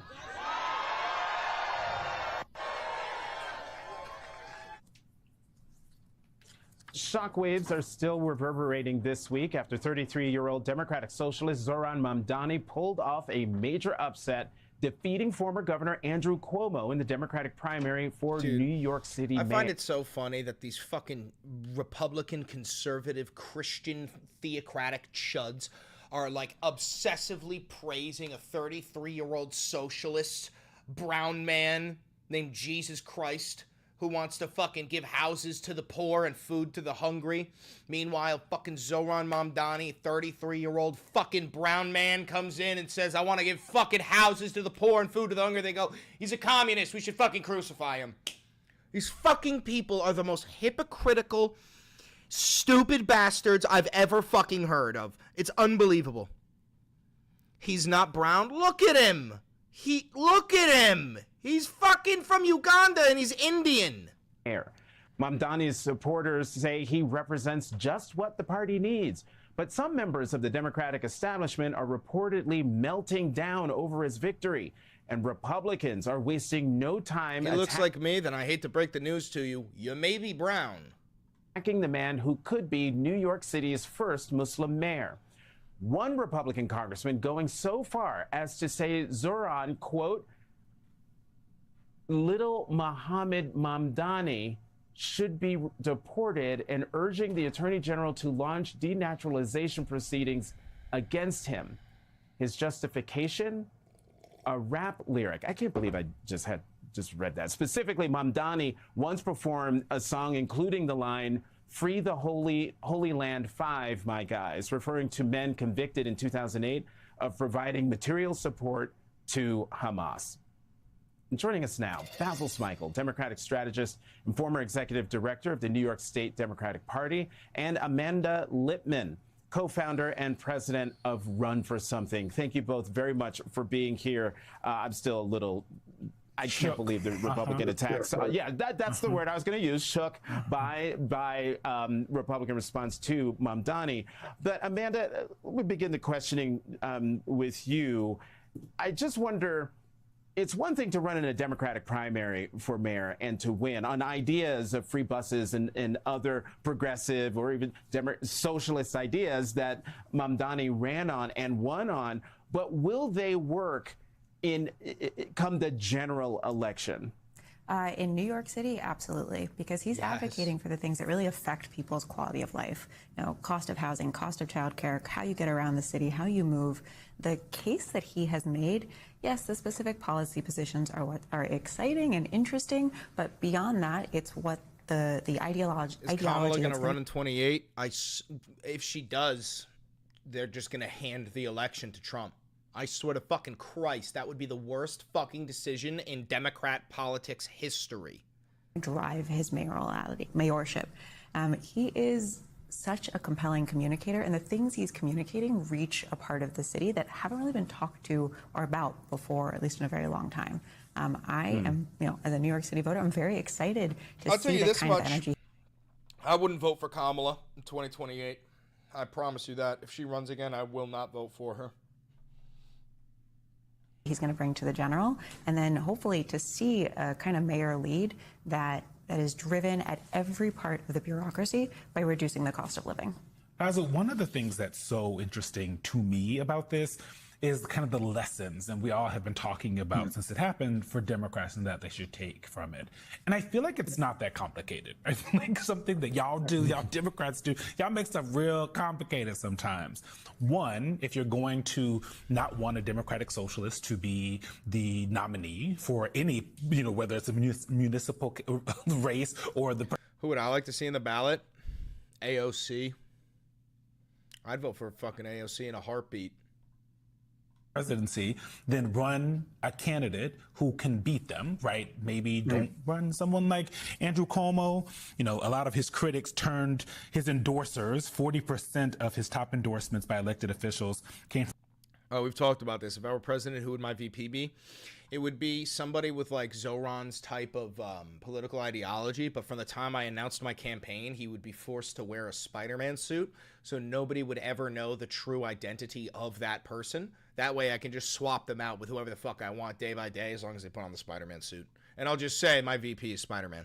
Who's AOC? Alexandria Ocasio-Cortez. From people who publicly condemned him just 4 years ago. So there's that. Maybe run a candidate who will actually get out there and campaign. Mamdani was everywhere all the time. And it's not just because I'm a, social media kid. Like he was everywhere all the time. Who do you think will replace Trump and MAGA? Probably Stephen Miller. Said they were able to touch his hand and say hello and yell at him and disagree with him to his face. The Valenti administration? No, bro. The Valenti regime.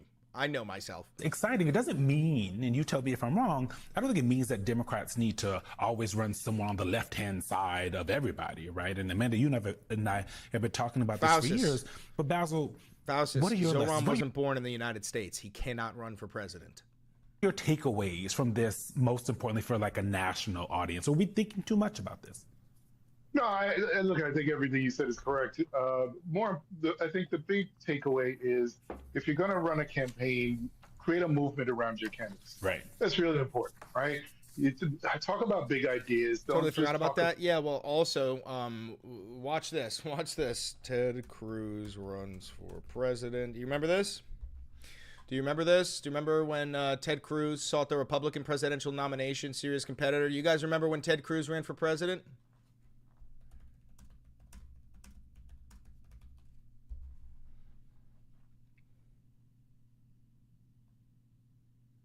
Ted Cruz is a Canadian named Raphael. Ted Cruz is a Canadian named Raphael. Ted Cruz is a Canadian named Raphael, and he ran for president. That's the craziest shit ever. Like, so what are we doing? About the same things over and over again. Appeal. Are you sure that's the same dude? I'm 100% certain, bro. Ted Cruz, bro. United States Senator, bro. United States Senator. Born. Calgary, Canada. Yeah. It's the same fucking guy. His name is Raphael. Raphael Edward Cruz, a Canadian man, ran for president. Nobody fucking said anything. Voters that may not have been touched before, and there have been some recent reports that he has. I think Gothamist did this report that he actually did well in areas that Trump did well. Mm-hmm. You know, in New York City, right? Because he talked about these issues of, as Amanda said, he talked about affordability. He talked Is that allowed? about, No! Don't you remember the whole birther thing when they said Obama couldn't be president because he was born in Kenya? He wasn't even fucking born in Kenya. He was born in Hawaii. Do you remember the whole fucking thing? No, it's not allowed, but they don't give a shit because he's a Republican. Can happen, and the ways in which they're possible. Now, there are going to be folks who are going to say these ideas are ridiculous. There are going to be establishment Democrats, older Democrats. What would you do if you were president? Terrible things. Generational divide, who are going to still want the city to track more to the center. But we have to understand that in pockets, more and more pockets across the country, there is a need for disruptive politics. There's a need for a generational change in that politics. And I'll just say very quickly. What would you do if you were president? Bring about unimaginable horror. Into this business in the early 90s, my mentor used to say every movement becomes an institution. And the reality is that the Democratic Party for atrocities. So many voters has become an institution that they can't trust. Dude, that's going to be my fucking campaign. Hi, how are you? I'm Chris Valenti. Vote for me in the presidential election, and I will bring about unimaginable horrors that mankind couldn't even possibly fathom.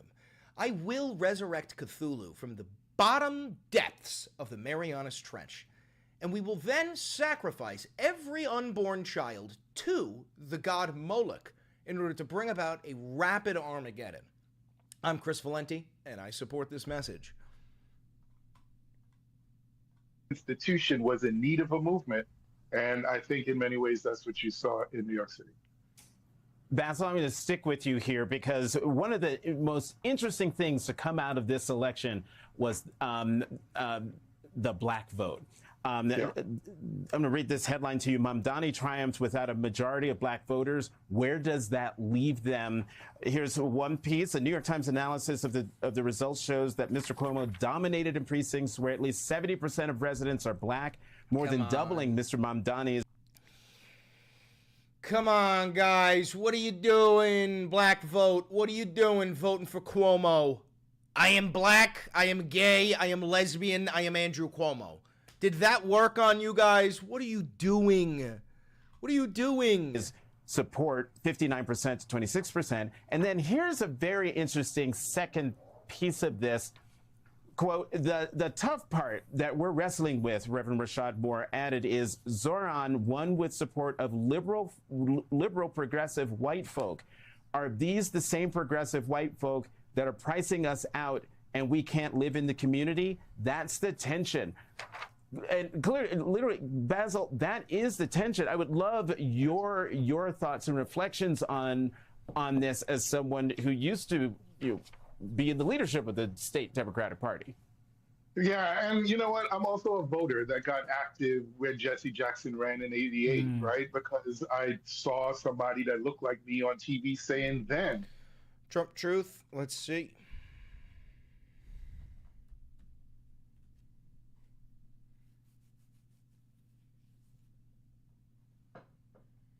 Pro death penalty? Yes.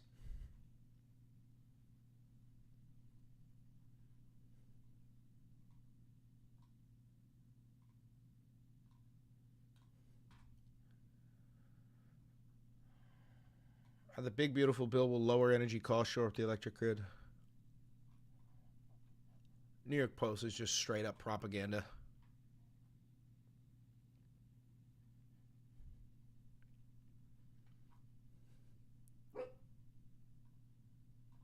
that the Democrats were not being responsive enough to people that look like him. We're looking at today. Bunch of bullshit. What's the difference between Rafael Edward Cruz, born in Canada, and Zohran, born in Uganda?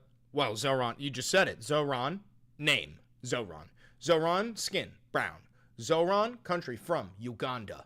Compare that to Rafael, change his name to Ted. Rafael, skin color, white. Rafael, from Canada. Those are the reasons why. You know the reasons why. Those are the reasons why. Oh, and Zohran, socialist. Rafael, conservative. Those are the reasons why.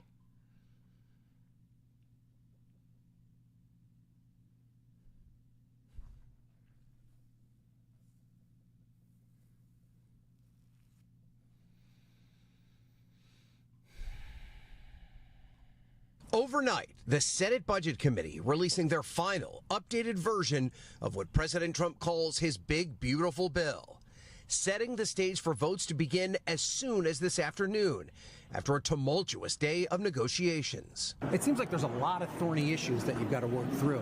Is it? This is called, what I think you guys have said, making the sausage. Yeah. So we're making the sausage right now. President Trump making a last-minute sales pitch for this massive bill that delivers on a slew of his campaign promises. It's a great bill.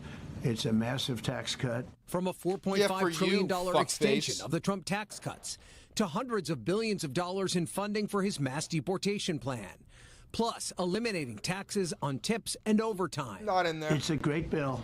It's a popular bill, but we'll get no Democrats only because they don't want to vote for Trump. They have Trump. Oh, I wouldn't be so sure, Donnie boy. You're probably going to get a couple of Democrats. I'm not going to lie. You're probably going to get a couple of Democrats, those fucking traitors. Arrangement syndrome at levels never seen before. Democrats slamming the Republican bill's cuts to social programs like food stamps and Medicaid, including imposing work requirements for those benefits. Democrats say that hurts vulnerable people. Work requirements for Medicare and Medicaid? Work requirements, brother? What the fuck is this, Nazi Germany? Sorry, brother, you can't get your insulin because you didn't work your 80 hours a week at the fucking coal mine. Are we dead ass? Of course Americans hate this bill. It steals their Medicaid. It jacks up their premiums. But it's Republicans that cannot get on the same page. North Carolina's Tom Tillis concerned about the impacts on rural hospitals. As we're moving and trying to make changes. Wisconsin's Ron Johnson telling us the bill does not cut enough spending. Is there any one particular thing that you're still fighting for at this point? President Trump said he wanted the Senate to make the bill better. I'd like to make it much better. Whatever the Senate passes must once again pass the House. We press Speaker Mike Johnson. Could they be surprised by what the Senate sends them back? Well, look, I haven't slept maybe 6 hours this week because I'm on the phone all the time with members. The vast majority of Republicans in both the House and Senate do support this package. And even though President Trump said... I wouldn't wish that on my worst enemy. I wouldn't even wish that on Trump. I fucking hate Trump. And if he needed to spark up, I'd still give him a light. I don't know. Maybe I'm just a different breed. That he's open to pushing that July 4th deadline. I'm being so dead ass here that they want to get this bill done before the holiday. As soon as the Senate passes the package, it's expected the House will vote very quickly. And see, that's a loyalty to sparking up. That's a loyalty to the green god. That's not, oh, I like Trump enough to spark him up. No. That green god must be sparked. She must be smoked. She yearns to be inhaled.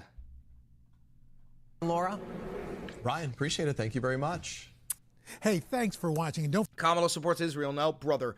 99% of American politicians support Israel. 99.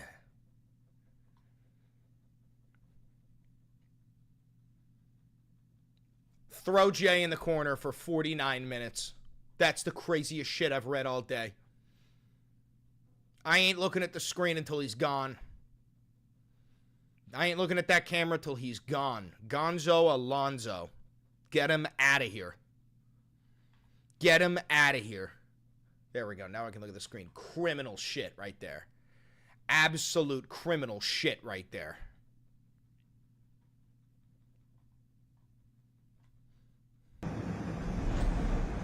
Good evening from Amman, Jordan. Tonight, the ceasefire between Israel and Iran continues to hold, but many questions remain about exactly what the state of Iran's nuclear capabilities are, as well as what their intentions are and what will happen next. Now, a lot may depend on how much damage was done by the massive bombing raid conducted by the U.S. Today, members of the Senate were briefed behind closed doors by the administration. House members will get a similar briefing on Friday. As you might imagine, senators today emerged from the meeting divided over what they heard. Republican Senator Lindsey Graham embraced the president's use of the word obliterated. Democratic Senator Chris Murphy did not. Obliterated is a good word for me to use. I can tell people in South Carolina nobody is going to work in these 3 sites anytime soon. They're not going to get into them anytime soon. Their operational capability was obliterated. I walk away from that briefing still under the belief that we have not obliterated the program. The president was deliberately misleading the public when he said the program was obliterated. Now, perhaps some of this comes down to partisan differences, or it could simply be that the intelligence is incomplete or not fully convincing. Assessments are, after all, still being made. This morning, before the senators were briefed, Defense Secretary Pete Hegseth and the chairman of the Joint Chiefs of Staff spoke to reporters. The Joint Chiefs chairman was straightforward, talking to reporters and the American public about the operation and the men and women who conducted it seemingly flawlessly. Thought the ceasefire didn't work. It didn't. Trump just said he's willing to bomb Iran again. The supreme leader of Iran said they're never going to surrender. They're holding public funerals for their military leaders. They expect this ceasefire to only hold for a couple of months. That's according to the State Department. So, like, well, that's the thing. People often forget, and I said this when it happens, a ceasefire is a ceasefire. It's not an armistice. A ceasefire is a temporary pause to a conflict. It is not the end of a war. It's not a fucking armistice agreement. It's not a declaration of peace times. It's a ceasefire. Secretary of Defense was more animated or amped up. He was very critical of the press's reporting on that early DIA assessment, which was leaked Tuesday to CNN and the New York Times. You see, we're here this morning because in hunting for scandals all the time, in trying to find wedges and spin stories, this press corps and the press corps miss historic moments. There are so many aspects of what our brave men and women did that because of the hatred of this press corps are undermined because people are trying to leak and spin that it wasn't successful. It's irresponsible. The Secretary of Defense went into detail about what he claimed reporters had failed to report about the DIA's early assessment, but nearly all of what he cited, we had also cited in our reporting. We thought it worthwhile to take a few minutes and let you hear in greater detail the claims made by Pete Hegseth today, and just a few examples of our reporting on that leaked. Bro, he's doing what I'm doing, where he like reads chat and is like, "You think I'm fear mongering? Here's the fucking proof." He's literally reading chat right now and showing the receipts. That's what he's about to do. I want to read some of the assessments that have been provided, because whether it's fake news, CNN, MSNBC, or the New York Times, there's been fawning coverage of a preliminary assessment when it admits itself in writing that it requires weeks to accumulate the necessary data to make such an assessment. This initial intelligence assessment from the DIA, which was leaked, was, as we reported, very preliminary. No doubt more assessments using other methods, other sources, and deeper analysis are being done. To be clear, that DIA assessment is only the earliest and first word that we know of on the matter. I think it's too much to ask, unfortunately, for the fake news. So we're used to that. But we also have an opportunity to stand at the podium and read the truth of what's really happening. The DIA that put that report out says that this is a preliminary low-confidence report and will continue to be refined as additional intelligence becomes available. And these are preliminary reports, as CNN indicated in its reporting when this broke yesterday, and there will be other reports coming. This is a early assessment. There will be other assessments and bomb damage assessments. Dude, I love how like an early report comes in and says, "Hey, we didn't really blow shit up," and then we go, "Yo, guys, early report came in, says we didn't really blow shit up," and then Trump and Pete Hegseth go, "You motherfuckers, how dare you say that we didn't blow shit up? That's an early report." That's what we said, bro. We said the early report says that you didn't blow shit up. What the fuck?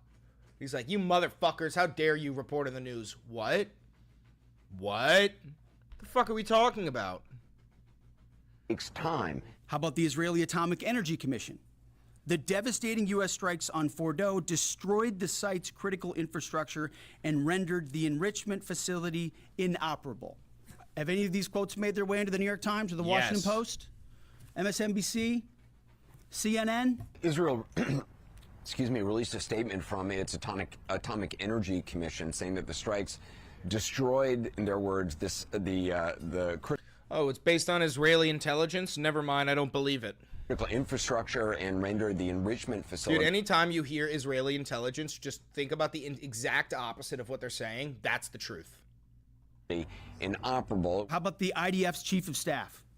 I can say here that the assessment is that we significantly damaged the nuclear program, setting it back by years. I repeat, years. Today, the IDF chief of staff said that their program had suffered severe damage that would set them back years. Okay, so the IDF says we set them back years. Flip it. That means we probably set them back by weeks, maybe months.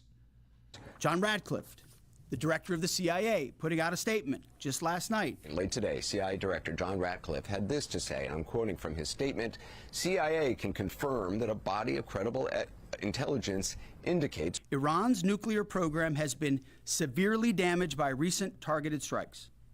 This includes new yeah, severely damaged by recently targeted strikes is not what Trump said. Trump said they were completely and totally obliterated. That's what he said. He actually even said the word forever. He said, we have halted their nuclear program forever. That's what he said. Intelligence from a historically reliable and accurate source/method that several key Iranian nuclear facilities were destroyed and would have to be rebuilt over the course of years. CIA continues to collect additional reliably sourced information to keep appropriate decision makers fully informed. Okay, so yeah, no, Pete Hegseth and Trump are literally mad at the news for doing their job, which is just reporting the news. This is just a fascist takeover of the fucking journalist wing of this society. Institute for Science and International Security President David Albright: overall, Israel and U.S. attacks have effectively destroyed Iran's centrifuge enrichment program. Joining me now is David Albright, former UN weapons inspector. There were 3 sites that make the centrifuges, and those had actually been declared to the International Atomic Energy Agency, and so there's a confidence there weren't others, and so all 3 were destroyed. Iran is 72 minutes away from getting the last Infinity Stone. How many stories have been written about how hard it is to, I don't know, fly a plane for 36 hours? It's not. Has MSNBC done that story? Has Fox? Giving the American people an understanding of how complex and sophisticated this mission really was. Pilots did a remarkable job flying all the way around the world and back without stopping safely. So let's take half-truths, spun information, leaked information, and then spin it. Spin it in every way we can to try to cause doubt and manipulate the public mind over whether or not our brave pilots were successful. It was a successful mission.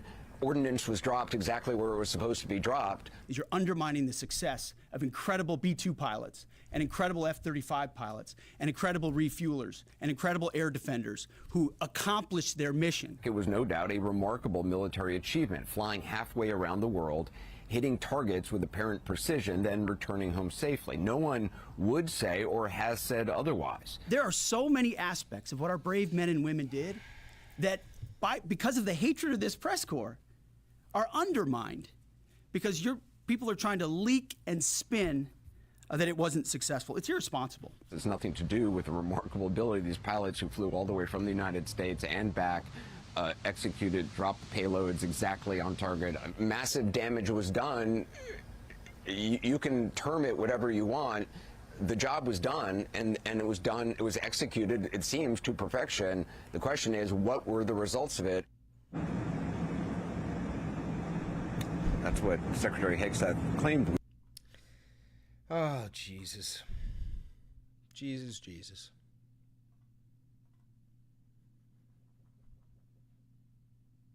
All right, I'm going to take a break, guys. I'm going to get some lunch. I'm going to take Luigi for a walk.